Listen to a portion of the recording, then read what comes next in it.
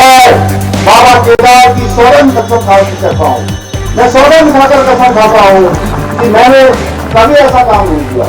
ये सिर्फ कांग्रेस की झूठी अफवाह है।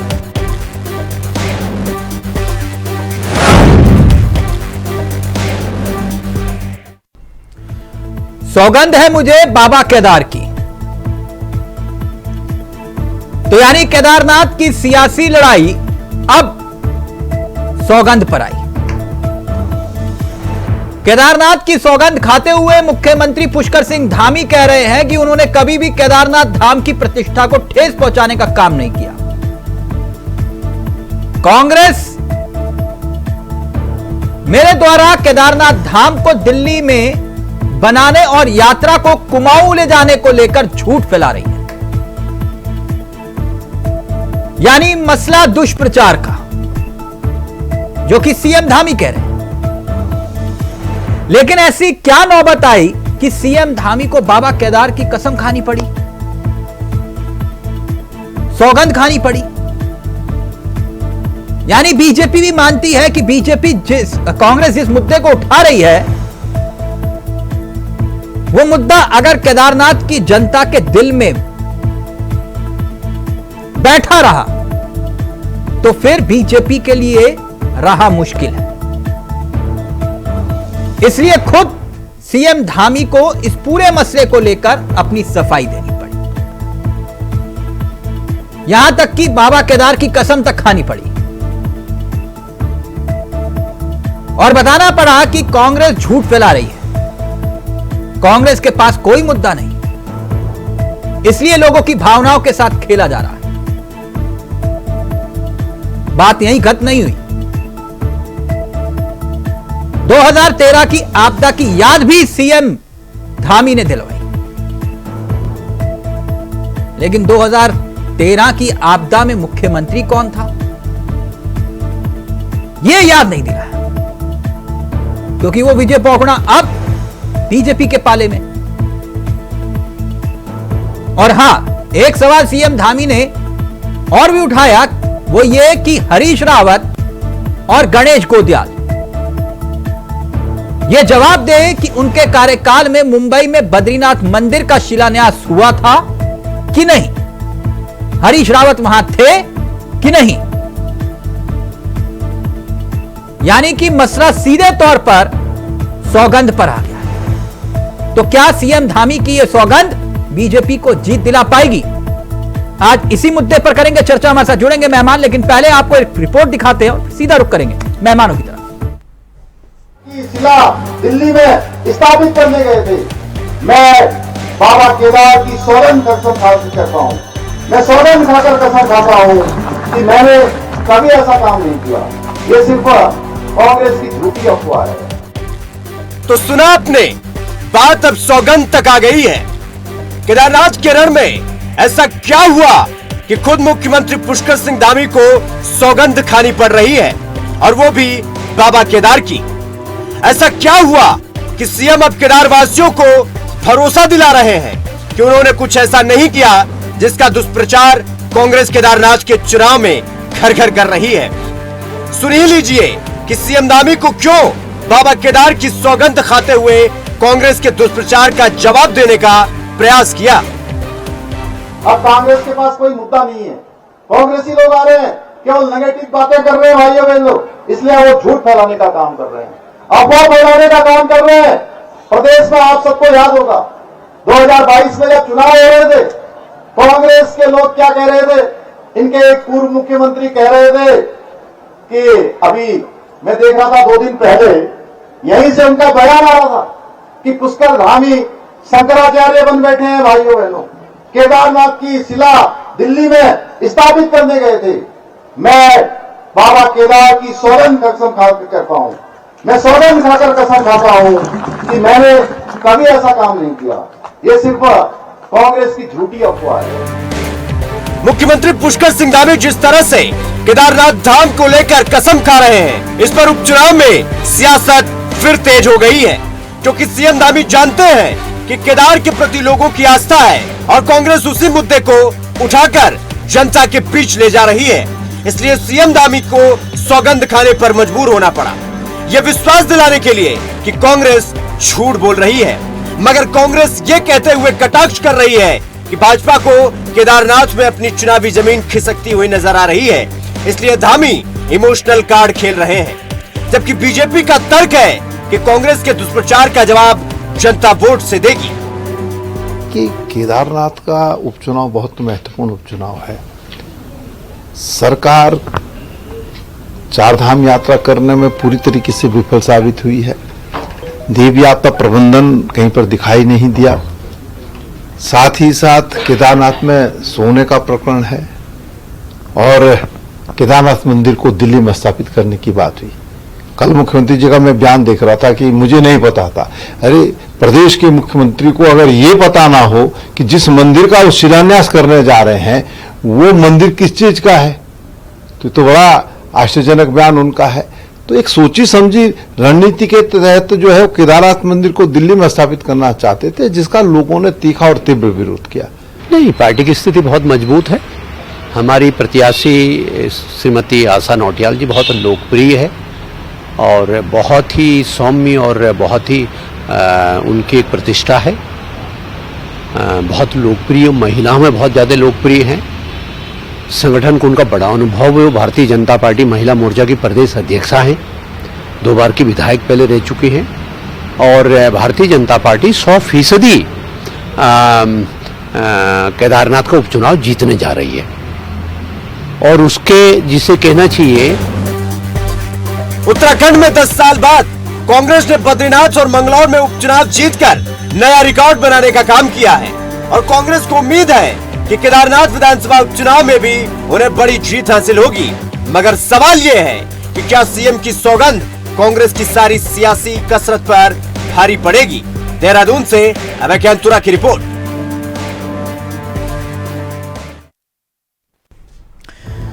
तो सौगंध है मुझे बाबा केदार की, बात सौगंध पर आ गई।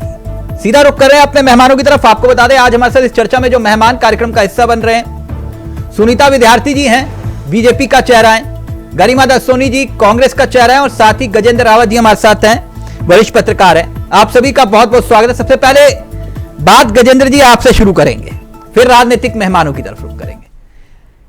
कुल मिलाकर सीएम धामी सौगंध खा रहे हैं, लेकिन यह सौगंध क्या बीजेपी को जीत दिला पाएगी? अगर बात आज सौगंध तक आ गई है तो इसका मतलब मसला बहुत गंभीर है। हाँ। और आपको ध्यान होगा कि जिस दिन सैरा रानी रावत जी का निधन हुआ था उनका जो है अंत्येष्टि भी नहीं हुई थी। और अंत्येष्टि से पहले जब दिल्ली में ये कार्यक्रम हुआ, ये भूमि पूजन का, तो मैं उस दिन तक टीवी डिबेट में था और मैंने उस चरण में भी कहा था कि आज के लिए भले आप किसी और मुद्दे पर चर्चा कर रहे हैं, लेकिन मेरा मानना है कि आने वाले समय में ये मसला निश्चित रूप से एक गंभीर रूप धारण करेगा। और आज तो बिल्कुल उसी स्थिति में चीज आ गई है। आज धामी जी भले ही कह रहा हूं कि भाई वो वहां नहीं गए, जो कुछ भी हुआ, जो भी वो बता रहे हैं, लेकिन ये अपने आप में बहुत बड़ी चूक थी। और ये चूक मैं इसलिए मानता हूं कि उनके इर्द गिर्द जो लोग रहे होंगे उनको भी मालूम हो रहा होगा कि भाई सैला रानी रावत की मौत हो गई है, कुछ दिनों बाद उपचुनाव होना है, तो केदारनाथ में क्या संदेश जाएगा। इसलिए मेरा मानना है कि वो निश्चित रूप से गंभीर चूक हुई है और उस चूक को अब वो दुरुस्त करने के लिए वो जो सौगंध भी खा रहे हैं, कुछ भी कर रहे हैं, उनको करना पड़ रहा है। इस सौगंध का कोई सियासी असर पड़ेगा? ये उन्होंने सिर्फ ये बात नहीं कही है, उनके भाषण का और जो बड़ा पार्ट था वो ये भी था कि भाई उनके ऊपर ये आरोप लगाए जा रहे हैं कि उन्होंने यात्रा डाइवर्ट करी और विषय ये लेके जाया जा रहा है कि यहाँ से तीर्थ यात्रियों के रजिस्ट्रेशन होने के कारण जो दिक्कत आई, और उसके बाद उन्होंने बाकायदा बाबा नीम करौली धाम की चर्चा भी करी। उन्होंने कहा भाई जो व्यक्ति केदारनाथ के लिए ऋषिकेश आएगा वो वहां क्यों जाएगा। लेकिन उन्हीं दिनों जब अखबारों में खबर छपी कि बाबा नीम करौली आश्रम में जो है 22 लाख लोग पहुंच गए, तो निश्चित रूप से ये जो कांग्रेस के जो ओपोजिशन के लोग लड़ रहे हैं, ये दूसरे तीसरे लोग हैं, उन्होंने इसको भी मुद्दा बनाया। नहीं, ये प्रचार और दुष्प्रचार का असर तो पड़ता है ना गजेंद्र जी। अब आपको पता है कि दुष्प्रचार और प्रचार करने में कौन लोग कितने माहिर इस देश में हैं। हाँ। और क्या क्या चल रहा है। हाँ, ये चुनाव जरूर है, चुनाव में सब चीजें होती है, लेकिन हमारा मानना है कि इस चुनाव में, जो मैं अभी 2-3 दिन पहले जब हमारी पिछली चर्चा हो रही थी, मैंने कहा था कि इस चुनाव में आशा नौटियाल वर्सेस मनोज रावत मुद्दा ही नहीं रह गया। बिल्कुल, वो सारा का सारा इमोशन के ऊपर लाया गया मामला, और केदार वैली, केदारनाथ को, केदारनाथ की प्रतिष्ठा को, केदारनाथ मंदिर को, उनका जो शिला पूजन को, सोना का पीतल बनने को लेकर, और वहां पर पुनर्निर्माण के नाम पर बुलडोजर चलाने को लेकर, ये सारे, यानी आप ये कह रहे हैं कि कांग्रेस ने सौगंध खाने पर मजबूर करवा दिया। वो ठीक है, सौगंध खाना, खैर उनका भी अपना अधिकार है मुख्यमंत्री जी का, हाँ। लेकिन उससे एक इधर और बात हुई कि उनकी सौगंध से पहले आज हमने देखा कि जो इनके दूसरे नेता गणेश गोदियाल है कांग्रेस पार्टी के, हाँ। उन्होंने वहां पर गंगा जी में जो है खड़ा होकर गंगा जल हाथ में लेकर सौगंध ली, और उन्होंने कहा कि भाई धामी जी, आप इसी जल को हाथ में लेकर कह दीजिए कि आप वहां भूमि पूजन में नहीं गए थे। आपने जो जो जो जो उनके आरोप थे, तमाम तरह की बातें, वो तो वीडियो भी सुनीता बहुत जी, चल रहा है आज बाजार में। बात सौगंध तक आ गई है। अब उन्होंने तो हाथ में गंगा जल लेकर बात कही है। सुनीता जी, सौगंध ले रहे हैं, वो हाथ में गंगा जल लेकर बात कर रहे हैं, तो मामला तो फंसता हुआ दिखाई दे रहा है, सौगंध खानी पड़ रही है। निश्चित रूप से, दरअसल ये आप भी जानते हैं कि भारतीय जनता पार्टी को जो ऊर्जा हरियाणा चुनाव में मिली थी, बंगलौर और बद्रीनाथ हारने के बाद, निश्चित रूप से अगर आज मामला इतना टाइट ना होता तो शायद मुख्यमंत्री जी को इस प्रकार सौगंध खाने वाली स्थिति ना आती। सुनीता विद्यार्थी जी, हो गए ना मजबूर सौगंध खाने पर? देखिए चावला जी, ये वो लोग हैं जो मां गंगा को नहर बताने वाले हैं, जो नहर बताते ढिंडोरा पीटते थे। मां गंगा का अपमान करने वाले लोग हाथ में लेकर कसमें खा रहे हैं। ये कसम खा ले कि ये बसई में नहीं गए थे। हरीश रावत तो बसई मुंबई में क्या कर रहे थे जब इन्होंने बद्रीनाथ धाम का वहां पूजन किया था? मतलब किस दुनिया में आप लोग रहते हो? कैसे आपके पॉइंट्स हैं, कैसे आपके मुद्दे हैं?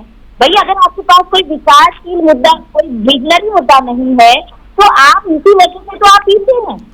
सुनीता जी, सोच होनी चाहिए कि केदार घाटी में किस प्रकार से हम लोग निर्माण करें, कैसे वहाँ पे हमारे जो सुनीता जी, यानी आप ये कह रहे हैं कि नहले पर दैला पड़ गया उनके पर्यटन को लेकर। सुनीता जी, श्रद्धालुओं की जो हमारे जो 4 धाम के दर्शन करने के लिए जो श्रद्धालु आते हैं, उनके लिए क्या आपकी सोच है?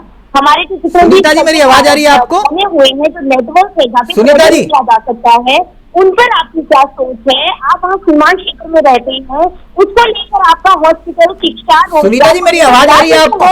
आपको उसको अंजलि में गंगा जल भरकर कसम खानी चाहिए कि हम लोग जो हैं ये प्रण करते हैं, लेकिन इस बात का ढिंडोरा पीटना कि आप सुनीता जी, मुझे सुन पा रहे हैं आप? नहीं गए। अरे कौन मुकर रहा है वहां ना जाने से? ये तो सुनीता जी, क्या आप मुझे सुन पा रहे हैं? सुनीता जी को ऑडियो नहीं जा रहा, सुनीता जी को ऑडियो नहीं जा रहा, या फिर सवाल नहीं लिया? सुनीता जी, सवाल तो ले लीजिए मैडम। आप तो बिल्कुल, मैं ये कह रहा हूं कि नहले पर दहला पड़ गया। नहीं, प्रचार और दुष्प्रचार में तो फर्क होता है। बिल्कुल। अगर आप इसे दुष्प्रचार कह रहे हैं, अगर आप नहीं सवाल ले ली, अगर आप इसे दुष्प्रचार कह रहे हैं, वो हरीश रावत को मौलाना किसने बनाया था? भाई जिसने टोपी वो प्रचार था? नहीं, वो प्रचार था। या मुस्लिम यूनिवर्सिटी को लेकर जो दावा आज तक हरीश रावत करते हैं कि भैया बता दो कि मैंने कब कहा कि मुस्लिम यूनिवर्सिटी खोलूंगा? देखिए ऐसा है, आज तक तो आपने वो मामला नहीं खोला। बनाने वाली भी इन्हीं की कांग्रेस थी।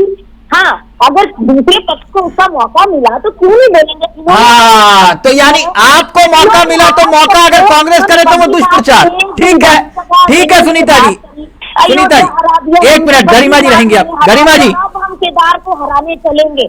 ठीक ठीक, तुम बचाने की बात करते हो, कभी तुम हराने की बात ठीक, करते हो। अभी आऊंगा केदारनाथ पे भी। 1 मिनट रुक जाइए ना मैडम, 1 मिनट, 1 मिनट, 1 मिनट। अभी मैं पूछ लूंगा कि कफन चोर कौन है, तो फिर आप खामोश हो जाओगे।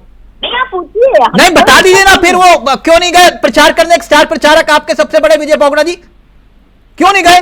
क्यों? आखिरकार केदारनाथ आपदा का जिक्र करते हो आप, वहां पे बोगड़ा जी को नहीं भेजते हो प्रचार के लिए?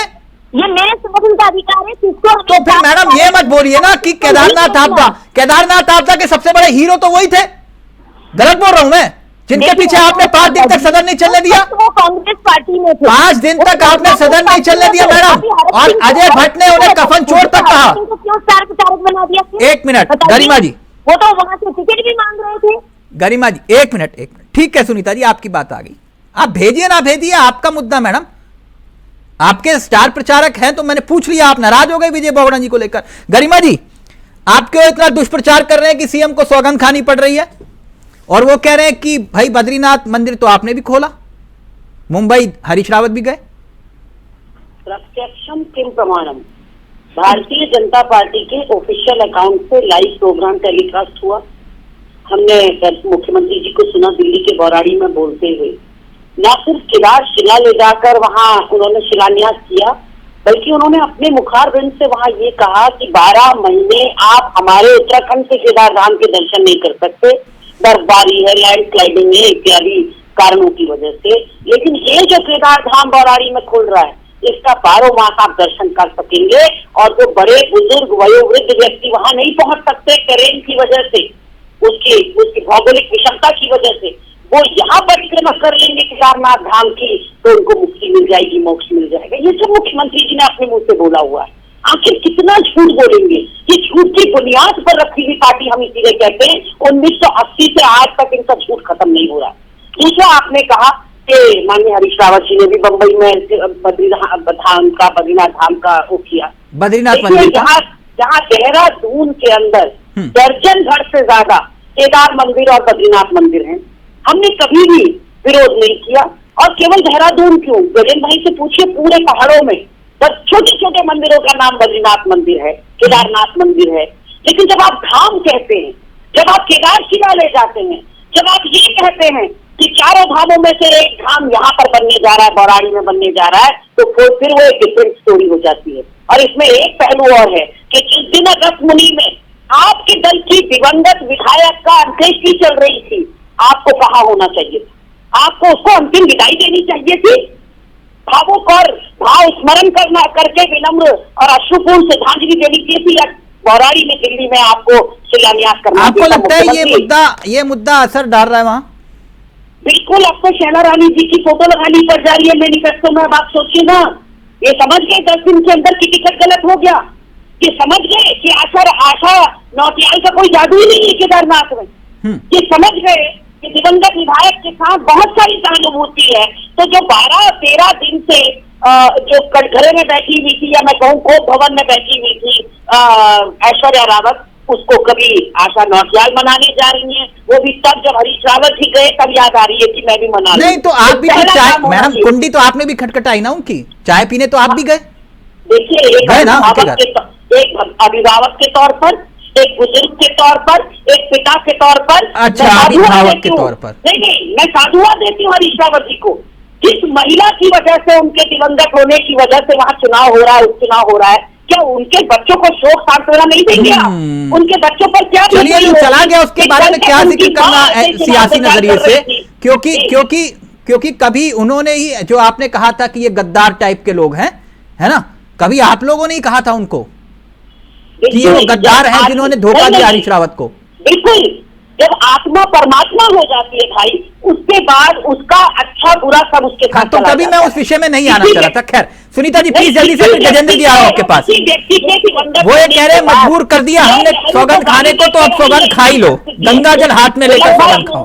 जवाहरलाल नेहरू को गाली देते हैं, इंदिरा जी को गाली दे, और एक करके प्लीज गरिमा जी, एक करके। उस दिन उन्होंने अंत्येष्टि की बात करी, तब तक हरीश रावत ने कितनी बार उनका दरवाजा नॉक किया। ये इतने ज्यादा चुनावी में कहूँ कि कूट नीति के तहत चलते हैं, लेकिन मुंह गिरते हैं, और उसके बाद में कह रही हूँ कि सांत्वना देने के लिए अभिभावक। गरिमा जी, सुनीता जी, एक एक करके प्लीज, एक एक करके। मैं आप ही के पास आऊंगा, एक एक करके प्लीज। बोलिए सुनीता जी। पहले 1 मिनट सुनीता जी बात कर ले, आपने सवाल उठाया। अभिभावक के रूप में जाने वाला मसला तब होता है जब व्यक्ति दुख में होता है। उस दिन तो इनको याद नहीं आई।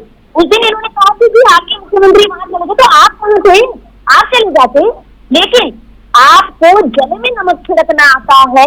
आपको उस वक्त तो शैला रानी रावत जी उनके लिए भगवानी थी, उनके लिए उन्होंने क्या क्या अनाप शनाप बता, कितना कुछ गंदा बोला, सब जानते हैं।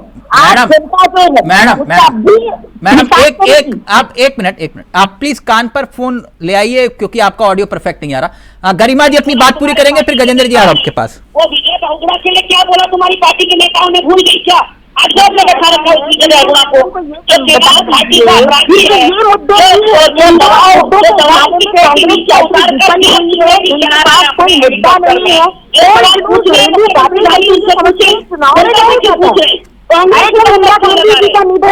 तो आप यहाँ भी मसला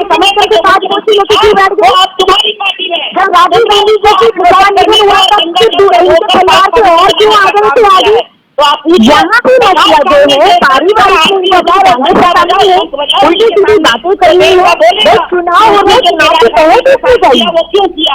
आपने कहा हरीश रावत पहले आप सही में एक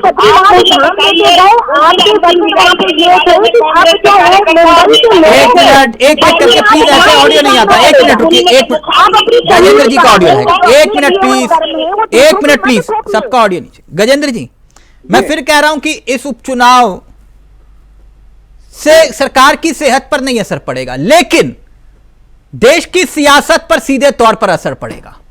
यह उपचुनाव इतना महत्वपूर्ण है। लेकिन ये जो स्थिति बात रख रहे हैं जी, और इनका कहना है कि भाई ये जो चुनाव है आज गाली गलौज से लेकर तमाम विषयों पर आ गया है। असल बात यह है कि मुख्यमंत्री के कल के बयान के बाद जो उन्होंने 2013 की आपदा का विषय छेड़ा है, उसके बाद ये निकल कर आई है कि वहां के जो प्रभारी मंत्री सौरभ बहुगुणा हैं, उनके बारे में बताने को असहज हैं, क्योंकि उनके पिताजी कार्यकाल में वो सब बातें थी। हाँ। दूसरा विषय यह था कि भारतीय जनता पार्टी का एक स्लोगन था, जब से आए बहुगुणा भ्रष्टाचार हुआ 100 गुना, वो कल से और आगे आ गया है। दूसरा विषय यह था कि जो अजेंद्र जो है वो जो है विजय बहुगुणा के खिलाफ न्यायालय में चले गए थे। उन्होंने कहा कि इनके कार्यकाल में भ्रष्टाचार हो गया है, चारों ओर लूट मची हुई है, ये विषय सामने निकल कर आया। अब जो स्थिति यहां पर आ गई है कि भाई भारतीय जनता पार्टी जो है डिफेंसिव मोड में है, कांग्रेस वाले फ्रंट फुट से खेल रहे हैं, और जिस प्रकार से आप कह रहे हैं कि ऐश्वर्या राय के घर पर जाने का, ऐश्वर्या रावत के घर पर जाने का काम हुआ, उसमें एक एंगल अभी भी सामने नहीं आ रहा है। वो एंगल यह है कि ऐश्वर्या रावत जो है वो विक्रम सिंह नेगी की भांजी है, जो कांग्रेस पार्टी के विधायक हैं। हाँ। वो भी वहां थे। वो जो पारिवारिक ताना बाना है, उसकी कहानी अभी किसी की समझ में नहीं आ रही है। मतलब कांग्रेस पार्टी ने बहुत मतलब तरीके से, बहुत पॉलिटिकल तरीके से जिस अंदाज में वहां विक्रम सिंह नेगी को ऐश्वर्या के माध्यम से उनसे कनेक्ट करने की कोशिश करी है, वो उसका भी बता रहे हैं कि वहां, यानी आप ये कह रहे हैं हरीश रावत ने यूं ही हवा में तीर नहीं छोड़ा है? भाई हरीश रावत विक्रम नेगी को लेके गए। वो लड़की जो विक्रम नेगी को मामा कहती है, अपना मामा है उनके, कोई दूर के नहीं है। हाँ। वो जो नाते रिश्ते, जो तमाम चीजें हैं, जो भावनात्मक जो बातें कल तक पहला रानी रावत के पक्ष में या भाजपा के पक्ष में हो सकती थी, वो कांग्रेस पार्टी अपने और जोड़ने की कोशिश कर रही है। ये उसका मैं बोलूंगा है।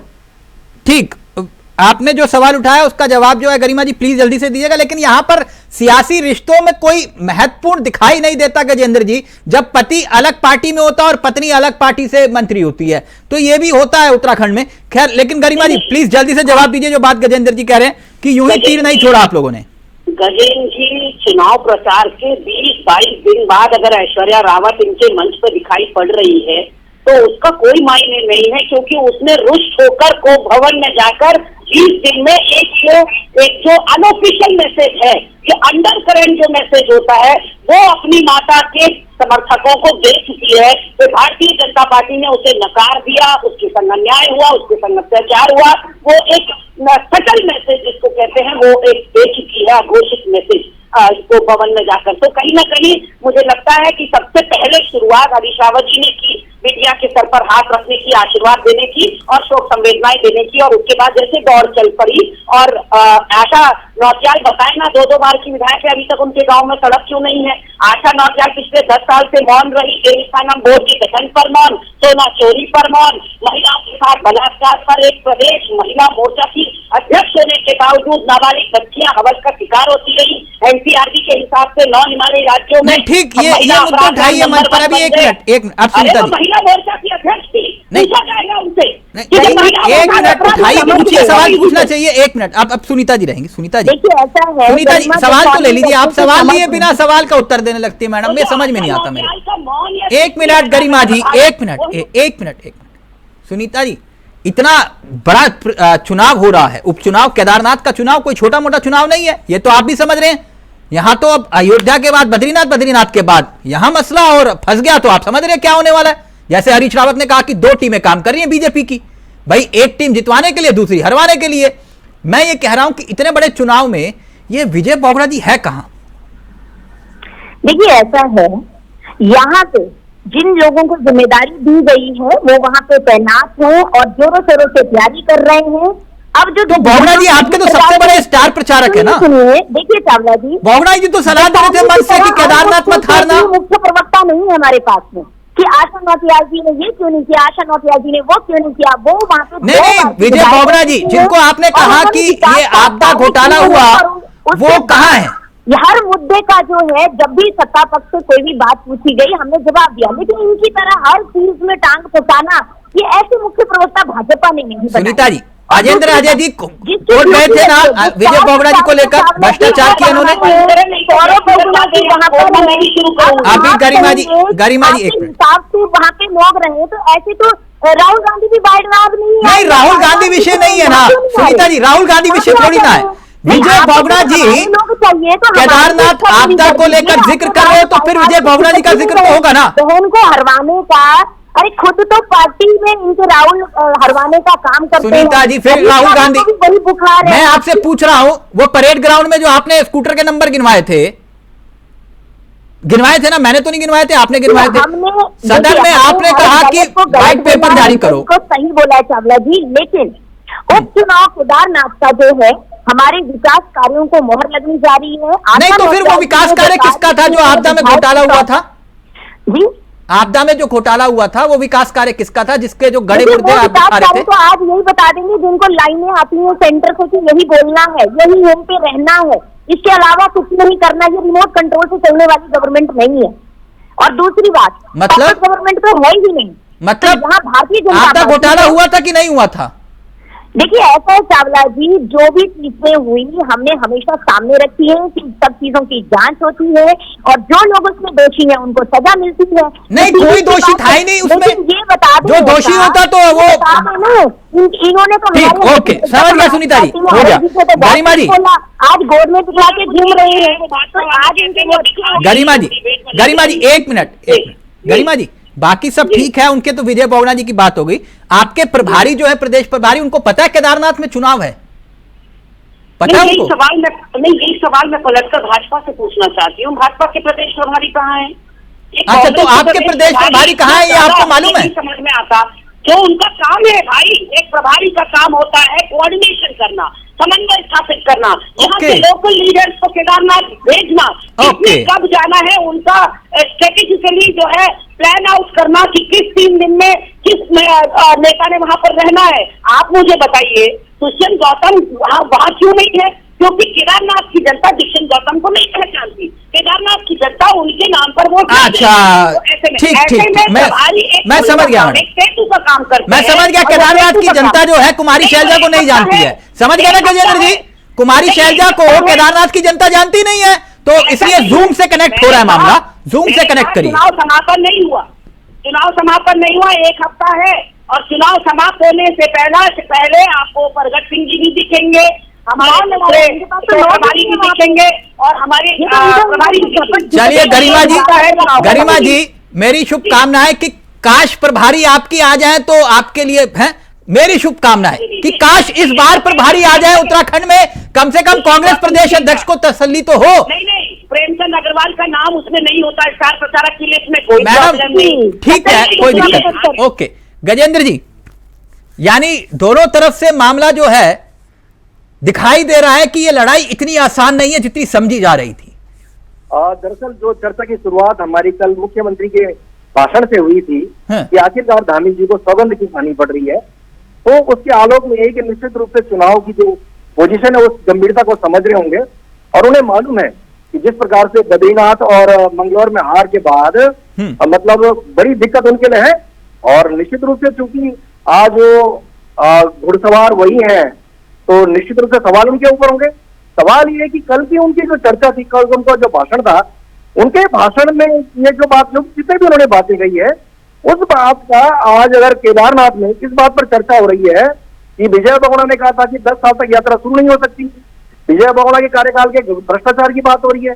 उन्होंने कैग रिपोर्ट का हवाला दिया, उन्होंने कहा कि कैग ने ये कहा है कि उस समय अगर वो सरकार गंभीरता से काम करती तो हजारों लोगों की जान बच जाती। इसका मतलब सारा का सारा दोष जो है विजय बहुगुणा के सिर फूट गया। अब दूसरी बात ये कि प्रभारी मंत्री विजय बहुगुणा के बेटे हैं, ऐसे में अब सौरभ बहुगुणा और विजय बहुगुणा वो लोग आशा नौटियाल के लिए काम कर पाएंगे नहीं कर पाएंगे, भाजपा का कार्यकर्ता किस प्रकार से मैनेज होगा, बूस्टअप होगा, ये तमाम जो बातें हैं मुझे लगता है कि आज अगले 2-3 दिन में फिर दिखाई देगी। ठीक, बड़ी बात आपने कही, लेकिन एक सिक्के का दूसरा पहलू भी है। कर्नल कोठियाल को लेकर भी जो जिक्र हुआ, क्योंकि आपदा का जिक्र हुआ इसलिए मैं बात कह रहा हूं, तब उस वक्त कहा गया कि केदारनाथ को संवारने में कर्नल कोठियाल की भी अहम भूमिका रही, और उन्हीं कर्नल कोठियाल को गजेंद्र, एक मिनट, गजेंद्र जो है हाँ। इन्होंने कर्नल कोठियाल के अलावा की बहुत बड़ा घोटालेबाज है। ये गणेश जोशी ने ऑन रिकॉर्ड कहा कि अगर फाइलें खुलेंगी तो कर्नल कोठियाल को लेकर जवाब देना भारी पड़ जाएगा। निश्चित रूप से मुझे लगता है कि ये जो चीजें गणेश तो कर्नल कोठियाल कहाँ है और विजय बहुगुणा कहाँ है, तो ये तो सुनीता जी जनता पूछेगी, जवाब तो देना पड़ेगा ना। या तो आपके मंत्रियों ने झूठ बोला या फिर किसी और ने। जनता पार्टी का चुनाव प्रचार में है, सभी लोग वहाँ पे काम कर रहे हैं। ठीक, आप जनता को तय करने दीजिए, वक्त ज्यादा नहीं दे रहा। बहुत बहुत शुक्रिया गरिमा जी, सुनीता जी और गजेंद्र जी आपका भी। तो सियासी लड़ाई अब सौगंध पर आई। अब देखिए कि आखिरकार ये सौगंध दिलाती है बीजेपी को जीत या फिर मामला फंसा हुआ है। नमस्कार, जय हिंद, जय भारत, जय उत्तराखंड।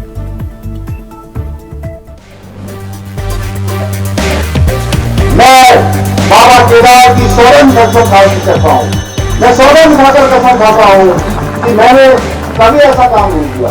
ये सिर्फ कांग्रेस की झूठी अफवाह है।